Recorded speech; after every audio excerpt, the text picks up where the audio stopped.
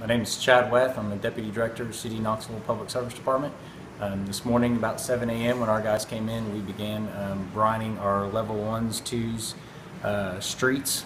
We're going to continue to brine, even get into some level 3s and our trouble spots today in preparation for the winter storm. Typically, to cover all of our 1s and 2s, we put out about 25 to 30,000 gallons of brine.